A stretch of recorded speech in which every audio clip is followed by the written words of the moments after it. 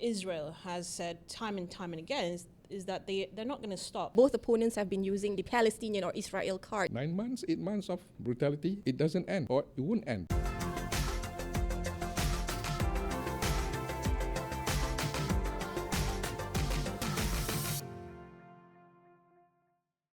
Hello everybody, welcome back to another episode of Beyond the Headlines. My name is Amalina Kamal. And I'm Hazwin Hassan. On Wednesday, July 31st, Hamas's political chief, Ismail Haniyeh, was killed in a strike in Iran's capital, Tehran, where he had been attending the Iranian president's inauguration. According to the group, their leader and his bodyguard were assassinated in the early hours of the morning. They have blamed Israel for the killing. Hamas describes the strike as a severe escalation that would not achieve its goals. World leaders, including Prime Minister Datuk Sri Anwar Ibrahim, have condemned Haniyeh's assassination, calling it a sabotage of ongoing efforts to establish peace in Gaza. Haniyeh's assassination is not the first of Hamas leader or operative.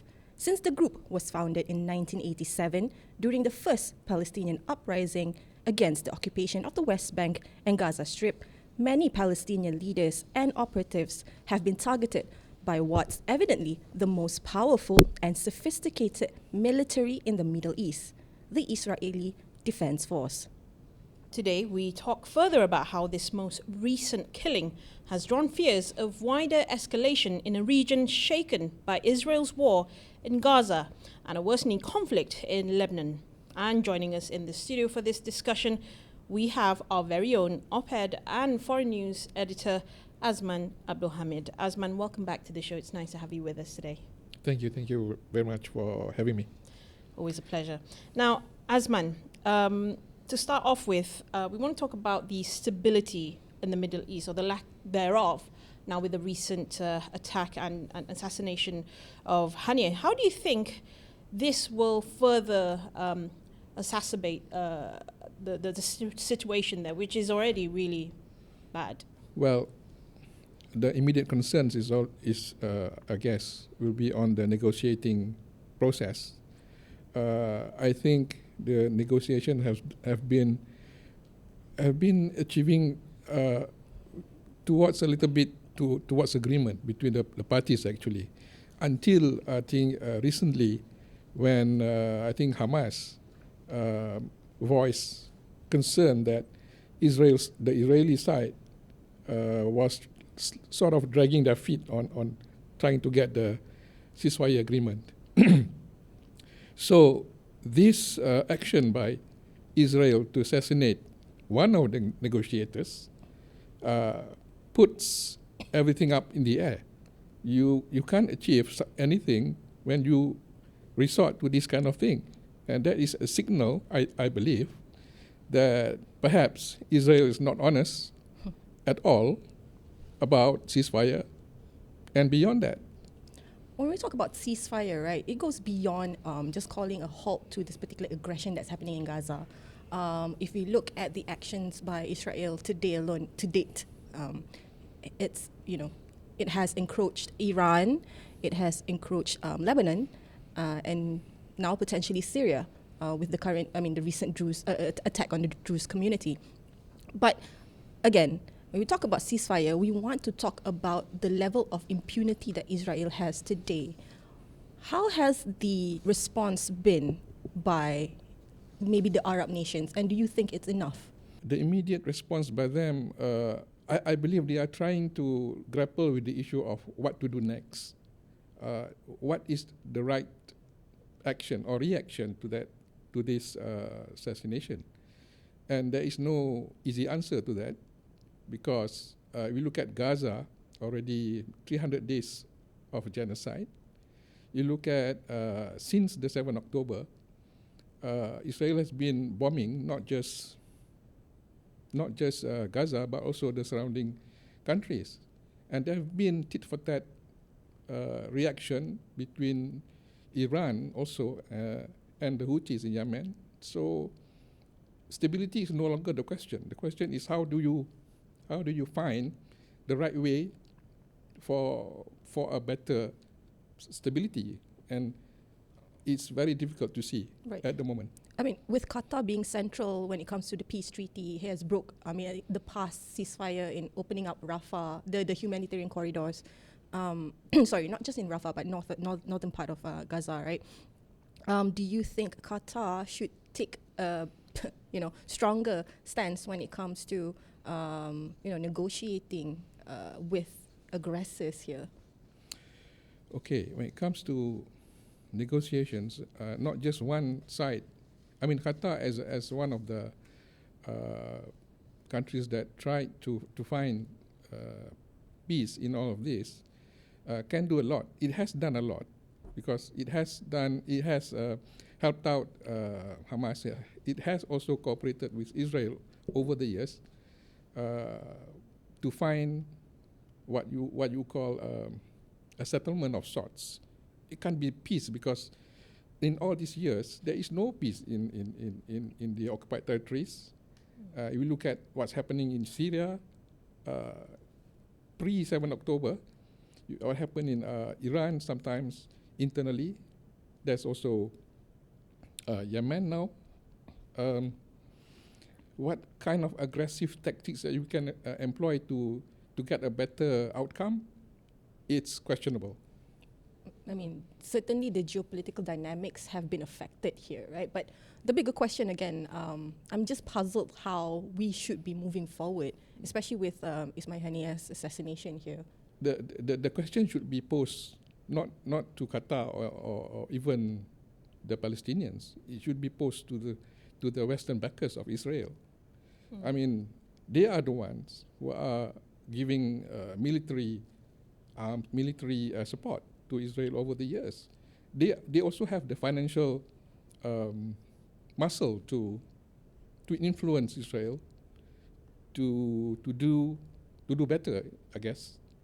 Funny you said this because Blinken actually said that, apart from the Gaza conflict that we are seeing right now, the assassination, the US is saying that they are not complicit in it. But do you think that it's like just, a bandage on an open wound sort of like response there? It's a political answer to what's really been actually in front of us all this while. I mean, it has been like I said before, 300 days of genocide. It's not that it happened yesterday. They know what has happened and will happen if they don't know, if they don't take action to more than band-aid this kind of issue. What is needed is for someone to really hammer down Israel to stop what it is doing for the past 9 months. And escalation is, I mean, you can put escalation as a very, very big concern because Iranian president, Iranian supreme leader, Ayatollah Ali Khamenei has already said that it's Iran's duty to respond. And not to mention the various Palestinian factions that is in their occupied territories and surrounding areas. There are also concerns in Iraq about this. So there you go. I'd just like to go back to when you mentioned, there's been a lot of retaliatory responses, attacks, tit-for-tat responses, right? And going back to what the IDF and Israel has said time and time and again is that they're not going to stop. So targeting leaders and operatives of Hamas and other Palestinian factions of the Palestinian groups has been going on since time immemorial. And I don't think that, especially with their determination that they're going to wipe out every last one of these people, of these leaders of these groups, until there is none. And so I think keeping that in mind, moving forward, they're not going to stop, are they? They're not going to stop anytime soon, and they're still going to get backing from the West. So, when it comes to the IDF, their actions is straight from the leaders themselves. If you look at what the Prime Minister of Israel and the cabinet of that country says, since 7 October, it's not about peace. is about ethnically cleansing Palestinians in Gaza. They want the Palestinians in Gaza to go outside to Egypt perhaps, or even to the Golan Heights, because they want to take back Gaza. They want to develop Gaza for themselves. I mean, given some of the news that comes out from that area, saying that there's some minerals to be exploited, there's some development to be done because they want to resettle more Israeli settlers, that itself is an indication that the IDF or even the political leaders of Israel do not wish for a good outcome of this present and latest conflict. We can't expect that. I don't see, at least I don't see in the short term, here, now that already 9 months, 8 months of brutality, it doesn't end, or it won't end, because and with Haniyeh killing, again, the potential for peace is simply drying out by the minute. Right. Peace is just, I suppose, is irrelevant, especially at this particular stage, right? And speaking of Haniyeh and his family, he's actually the last in his family to be killed, because before his death, he had his sons killed. In fact, 3 of his sons were killed, Hazim, Amir and Muhammad, on April 10th when an Israeli airstrike struck the car that they were driving. According to Hamas, Haniyeh also lost 4 of his grandchildren, 3 girls and a boy, in that same attack. And many diplomats, many leaders have described Haniyeh as a more moderate leader of the group, of a Hamas leader, compared to the more hardline members of that group. They have branded Hamas as a terrorist organizations. You look at the US, the European countries, some of the European countries, they have branded Hamas as a terrorist organization. Some have said that they want to wipe out. They have branded Hamas as a terrorist organizations. You look at the US, the European countries, some of the European countries, they have branded Hamas as a terrorist organization. Some have said that they want to wipe out Hamas. Yep. And the figure of about 40,000 dead in Gaza right now actually is not really a final tally, because we have not been able to count down the ones under the rubble. Right. So again, there you go. What is there? There is something that needed to be done. The UN, or even the GCC, or even the non-aligned movement, we have not heard from these organizations of perhaps they have some ideas of how to go about this, to get a better solution for this. One state solution, 2-state solution has been bandied about for so long and hasn't come to anything. Right. And in response to the particular assassination, in fact, we've got the PM calling it again a sabotage, and then we also have our former Prime Minister Tun Mahathir Mohamad issuing a statement mourning Haniyeh's assassination, saying that Israel had killed the great man, causing it feared and hated everything he stood for. For instance, Mahathir back then, we know that he has been vocal when it comes to highlighting the Palestinian plight, and he described Haniyeh as a soft-spoken man. You mentioned something about how the West have looked at Hamas, or at least Palestinians, as terror groups or terrorists, right? It certainly gives us the picture of that is like a very divided world at the moment. How should we engage in a dialogue, especially with the opponent or the opposite party, more openly? I think before I answer that question is, one question that maybe one should ask is, how come nobody is questioning why Israel has done what it has done in its latest act of brutality against a Palestinian leader, which is sending an aircraft over the borders of its neighbor to assassinate a Hamas leader. And no, I haven't heard anybody questioning that. How come Israel have that right? Nobody has the right to send their aircraft, because whatever it is, if you are involved in a negotiation, you're not supposed to take such action. I mean, when you say nobody, you're talking about the Western side of things, right? The Western's representatives here. That might be too much of a generalization. We're just talking about just Israel. If you look back the history of that country and its action against whether Palestinians or its neighbors, it has never been an honest country that you can easily trust. If you look at the peace process itself, in every peace process, it is supposed to lead to a better outcome for the Palestinians, for the Israelis. But in every peace process, it ended up with Israel taking a different action to actually make the negotiations or the peace process fail. So over the years, over 7 decades, in fact, we are where we are because Israel has never complied with peace agreements or its agreements, whatever, with Palestinians and other negotiations.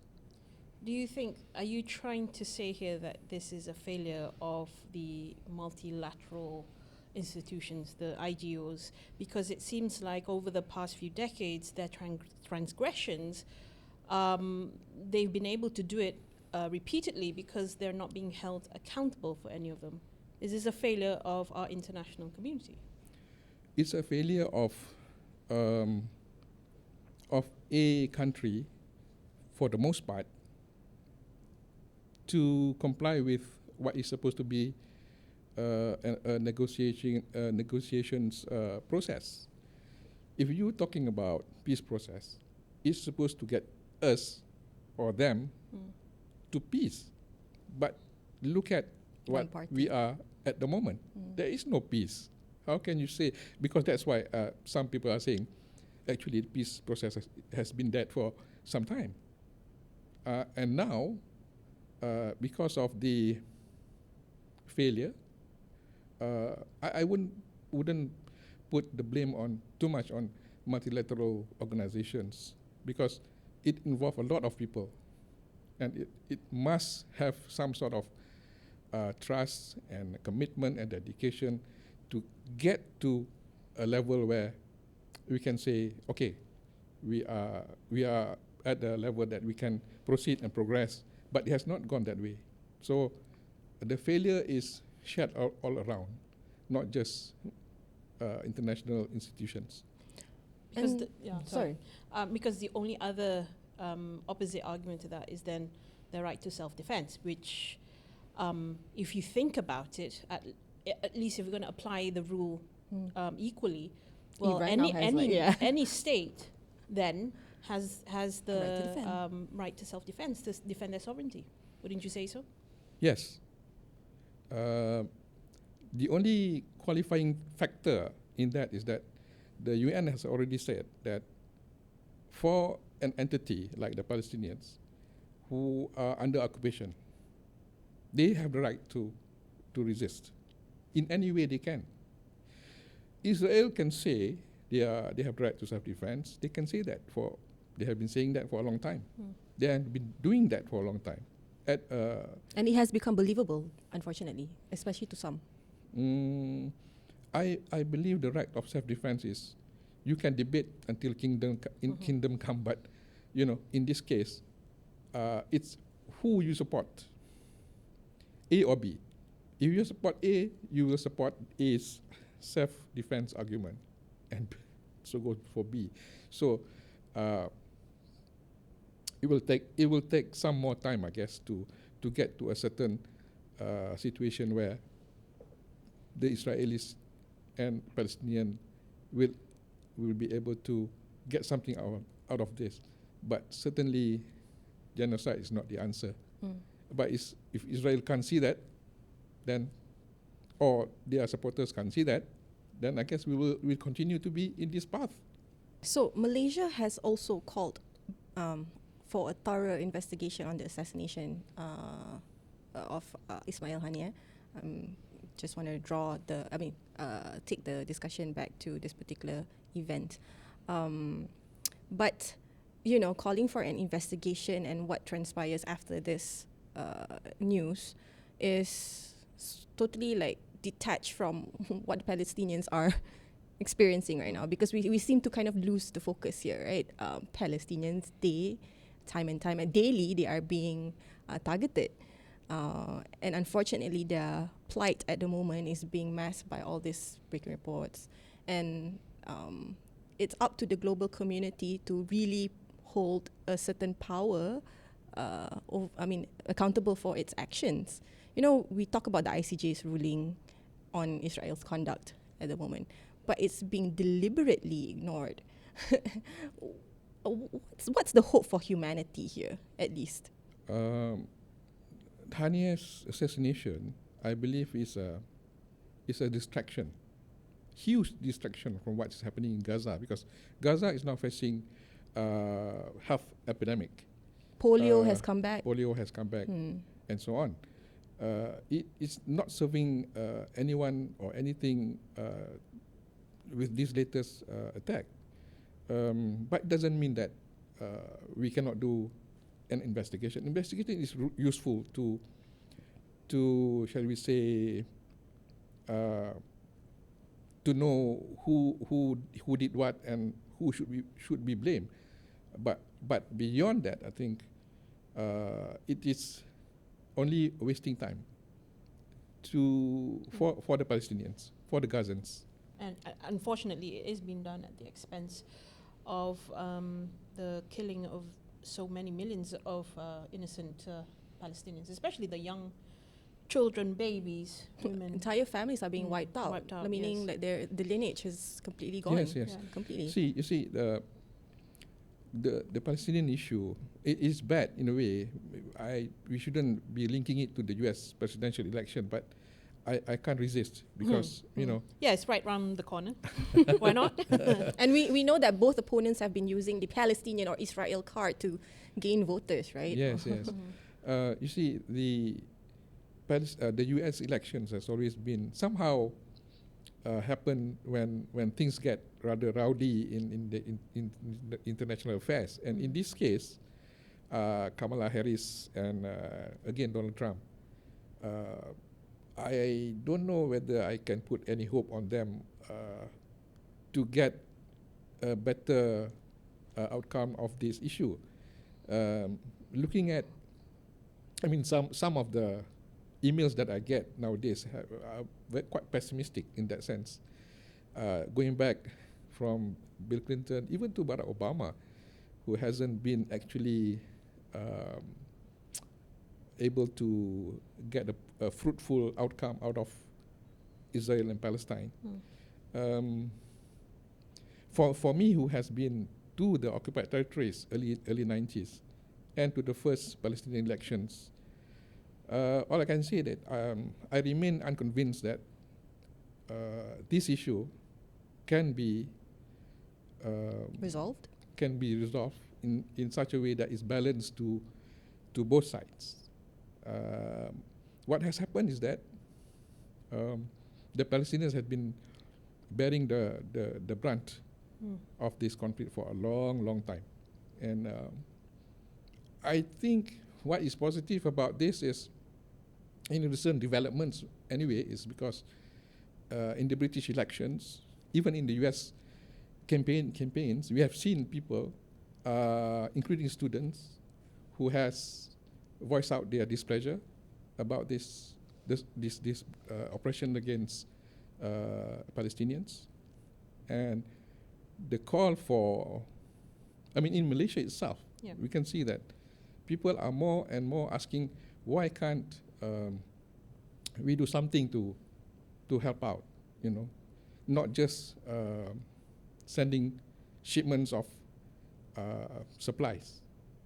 And to a certain extent, I think what the US students have done in their protests in this issue is to show that to the leaders, to the American leaders, that this issue is important. Even Jewish communities in the US Yes. also raising up to demand a better outcome. And the only thing is I fail to see, however, is that the leaders themselves will they take meaningful action to address this. I feel like either way, whoever wins the U.S. presidential election, whether it's a Democrat or a Republican, they're still going to get the same foreign policy, because their policy on the Middle East and on Israel has always been the same for at least the past 50 years or so. And, you know, I saw quite recently, Kamala Harris, she put out a post denouncing the protest. I think that was the protest we were speaking of. Protest, the yes. student protests. They were burning the American flags and whatnot. And she actually denounced that as an act of, you know, being anti-American and very unpatriotic, and that, you know, that's not something that they anti-institutionalized. Exactly, and that they want to promote and you know, instill that sort of value.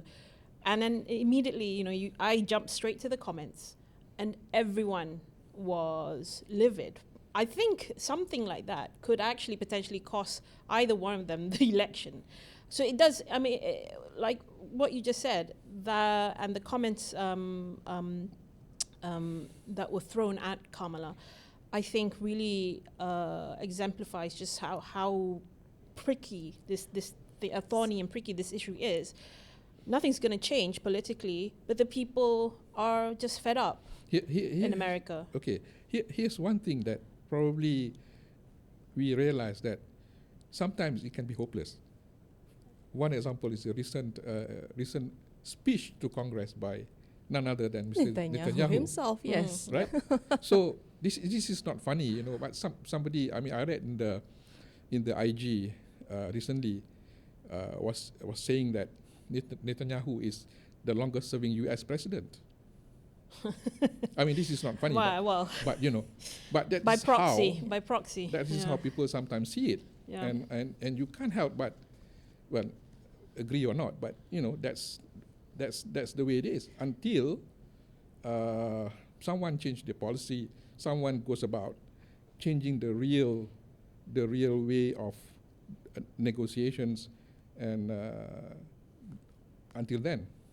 I mean, not speaking on behalf of the American public, but just as like a human being, or as a rightful citizen of a particular nation, a democratic nation, I would say, I think each and every one of us who understands democracy would probably be in the position of Americans fighting against this sort of like, totalitarian regime, right? Totalitarian approach in what ironically is supposed to kind of bring peace to the Middle East. We wouldn't want someone to be fighting a war in our name, using our tax money in, you know, to kind of like displace people, kill women and children in that sense. So there's definitely a global sort of like movement here, and this is probably what world leaders should look into. If they're not attentive to it now, it will definitely be. It will come. The consequences will be coming very soon. Okay, I'll give another, shall we say, scenario. I think we are all accustomed to this question. Ukraine, Russia, Israel, Palestine. Why the different standard of treatment when addressing these two issues? Yes. And then go further back. Go further on to Asia. What about the South China Sea? What about Taiwan recently? Yes. Recent issues. And it's geopolitics, I guess. It's geopolitics. But again, you can debate about right and wrongs, but it's all about doing the right thing. And the right thing is about defending humanity. And I guess, not enough is being done in that aspect. we might still right in some ways. So this is the dilemma for big countries, because they know they can change things if they do the right thing, but the right thing for them is different when the right thing for us is different. It's a contrast of, shall we say, contrast of decision making. You know, what you just pointed out, I think, reminds me of Kenneth Waltz, the defensive.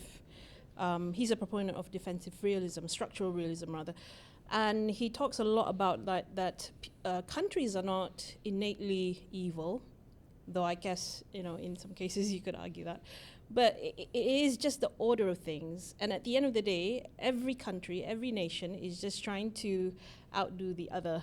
And that's essentially what in this little cycle that we are in now, which leads us to the security dilemma. But again, you know, that's why earlier I asked you whether this is a failure of the multilateralism, multilateral institutions, multilateralism, that we have now in this world, in this ever, you know, more connected, more joint, globally, you know, connected world that we have. Because it's not even, I mean, let alone, you know, don't even think about solving anything. It's actually making things worse. Mm-hmm. Okay. And so, yeah. I'll give you another example. I mean, we have to go back in history. Right. It's more towards the U.S. because the U.S. has been the world's superpower for a long time. Okay, it decided after the nuclear bombing of Hiroshima and Nagasaki. Yeah. After that, okay, Japan surrenders, signs a peace agreement. I think World War II then finished, and then what did U.S. do? They helped out Japan. Militarily, not militarily, but economically, the Japanese gets to their foot when really develop fast. And why can't the U.S.? I mean, you have to ask them lah. Why can't the U.S. do the same thing in terms of Palestinians? Right. I mean, because I suppose in this situation, probably there are certain things that double standards, double standards, and certain things that they are pursuing in the Middle East that we might not know, but honestly, it's already known now. Speaking about the future of international order, because a lot of people tend to think that when war happens in one part of the region, it might not occur here, or we might not be experiencing it. But there's certainly a certain level of like ripple effect, right? And in this case, of Israel throwing their tantrums towards their neighboring countries, how do you think they should act one day when everything is turning against them? Oh, that is like a doomsday scenario. But they're heading that way. It looks like it, because they don't care how they look like in the international setting at the moment. I suppose that's might be too pessimistic in my mind, but it is true that in the region now, the Israeli is facing blowback of in terms of what they have done for the past 9 months. Mm-hmm. And if they can't see it, I mean, the ICC decisions, the students' protests, even Joe Biden have said something like, "Don't do what you do, don't go overboard." Kamala Harris has once or twice tried to tell the Israelis not to take action that is just extreme. The UK elections have seen some pro-Palestinian candidates supported. I mean, they know the world is against them, but they simply don't care. That's the attitude, because who's behind them? And you can't really, I mean, from the first prime minister to the last, to the current prime minister, there has always Israeli first, something like America first, something like whatever firster that you have in mind. You know, when that mindset sets in, and you don't want to get away with it, so you press on with what you have. You don't see any other way. It's just a means to an end, really, and they're not going to stop till they get there. Right, but because in the past, how many days already it has been? 300 You know, I days. lost count actually 300 because days. it's just brutality day after day. More than 300 days. 300 days plus. I mean, 300 days plus, and we certainly there is a pressing concern when it comes to humanitarian concerns here, right? But we tend to, again, as I mentioned, talk about the Palestinian plight without hearing or believing the Palestinians themselves. How can we ensure there is we hold proper space for them? I mean, for Malaysia, we have been always open to them, but how can we use this sort of influence to engage with nations who don't necessarily understand what the Palestinian plight is? For that, for that, I think the best example is what Datuk Sri Anwar did when he went to Germany. I think some weeks back, when he has to face some questions from the media there, which is of course probably anti-Palestinians, anti-Palestinian narrative, and he said very directly and clearly to the German media what we stand when it comes to this issue, and I believe that has been, I wouldn't say well received, but it was received maybe for them rarely how they should see this issue from the other side. You know, not just about Israeli being pro-Israeli. So that is, I think, this is how one should be direct. You know, as for the Palestinians, I think there are people who have been to the Palestinian territories and seen how things are, and because of this, I believe I still remember one Palestinian tour guide who said to me, "You know, Mr. Azman, you can only understand us when you live here.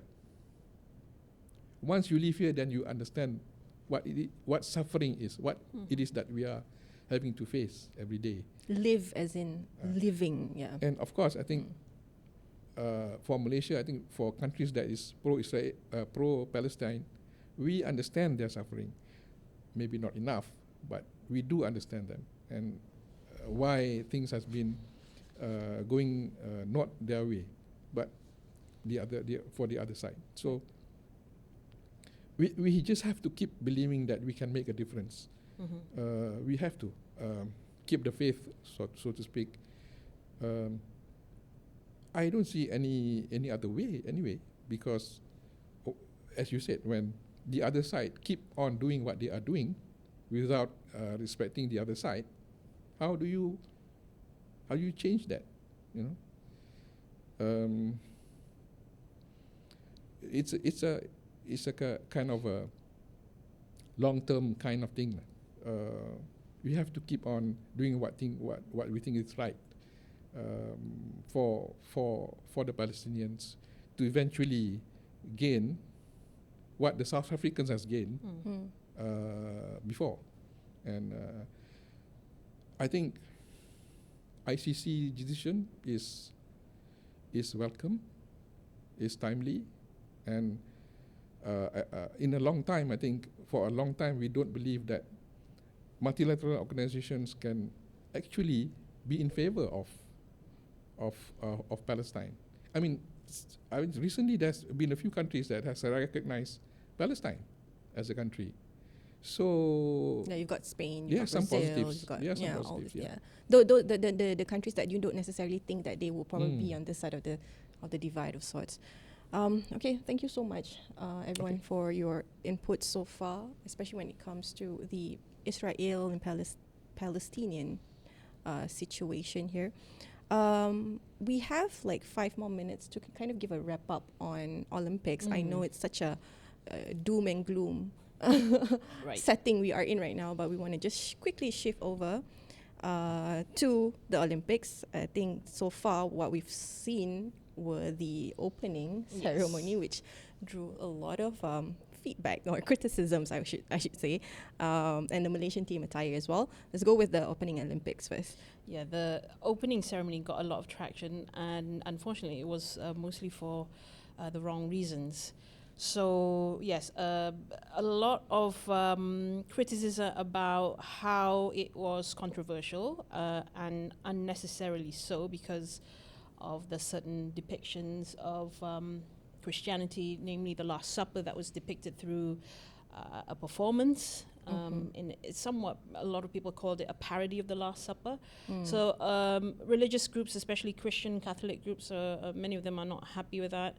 And on top of that, I think apart from the religious criticisms, most of the other comments were really about it was uninspiring, because it lacked that, as if there was not a lot of imagination used in organizing and You know what's funny to me? I'm not too sure whether you picked it up, but people who actually paid like what 6,000 euros to watch the opening ceremony.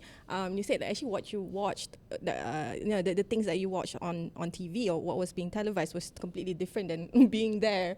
So that's true. Yeah, I mean, a lot of people have actually said that they regretted paying for the ticket, and had they known that their view of the ceremony would be so limited, they would have just been happy to stay at home and watch it on television, because I think a lot of the comments were that if you were seated in a certain area, you would only get to see, say, the boats passing by in that area, but you won't be able to see the other performances that are along other parts of the river, the Seine. And so, I think people are just not happy that they're not getting their money's worth. I mean, I'd be upset too if I spent that much money. That's true. Okay, but like, I mean, I would probably think that, for 6,000 euros, you'll get like at least some sort of, I don't know, like Lady Gaga performing there. So apparently that was an issue as well. Lady Gaga actually did not perform live. It was pre-recorded. Right. Because during the opening ceremony it was raining, right? Any shout out to Malaysian athletes?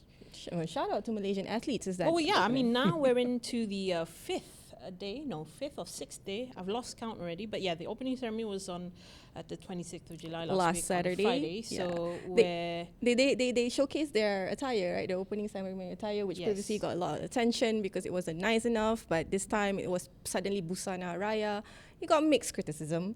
Some people liked it. Some people actually said that it reflected the Seine River for its like mossy. I mean, just color. looking from the choice of color, I think they probably could have gone with something more vibrant. Because it was raining at the time, I suppose. Perhaps. But certainly we were happy to see our representatives there, right? What about the first goal, perhaps? Ooh, yeah. So I had an episode with Rajan the other day. We're still waiting for that. It still remains quite elusive. We've been waiting since the beginning of the Olympics. But you can't say who's going to win it yet. No, I mean, it's too early I think to predict, right now, potentially the badminton team, like the entire badminton contingent, they are probably our best bet. I'll give a breakdown of like what has transpired so far in the past 5 days, or at least up until the day that we are recording this particular episode. But when you talk about the gold, right? Apparently Malaysia ranks 4th among countries offering the highest incentive for gold medalists for this particular Olympics, of course. So the reward of at least up to 986,251 ringgit is put forth. So the Youth and Sports Ministry, through the National Sports Council, provides incentive under the Sports Victory Prize Scheme, offering 1 million ringgit for gold, 300 for silver, 100,000 ringgit for bronze. So this is just a breakdown. And apparently... that's just incentives from the government. Yeah. There are a lot of other private companies who are also promising the same, rewarding the athletes. So certainly payday might be coming a little. I mean, I suppose some people can retire Sure, yeah. earlier. That's a than- lot of than expect. motivation to work Yeah. towards, yeah, But definitely. within the sporting community itself, I mean, remuneration is one thing, but also the essence of why you're in the game itself is different, right? So they don't want it to be super superficial. Everything is just because of money. I mean, there's good news and bad news as well. But certainly for this, it's good news. Who wouldn't want to be paid like 1 million, close to 1 million ringgit? Early retirement, I would say, yeah, for most of retirement us. for this. Yeah. So anyway, before we end, I would like to just give a quick recap of the games this week. So in mixed doubles badminton, we saw Chen Tangji and Toh Yi Wei in the mixed double, ranked 9th in the world, unfortunately eliminated in the quarterfinals. They were facing, South Koreans Kim Woon Ho and John Na-eun, losing 19-21 to 14-21. And then in the men's singles badminton, we actually have good news because player Li Zijia advanced from Group G with a commanding 21-10, 21-13 victory over Spain's Pablo Albion. Now, Zijia will face France's top player. I'm not too sure when this episode is aired. He has, completed his games or yet, but that round would be a round of 16. And Popov, who is Zijia's opponent, pulled off a major upset by defeating Indonesia's Anthony Sinisuka Genting. That's why they're matching.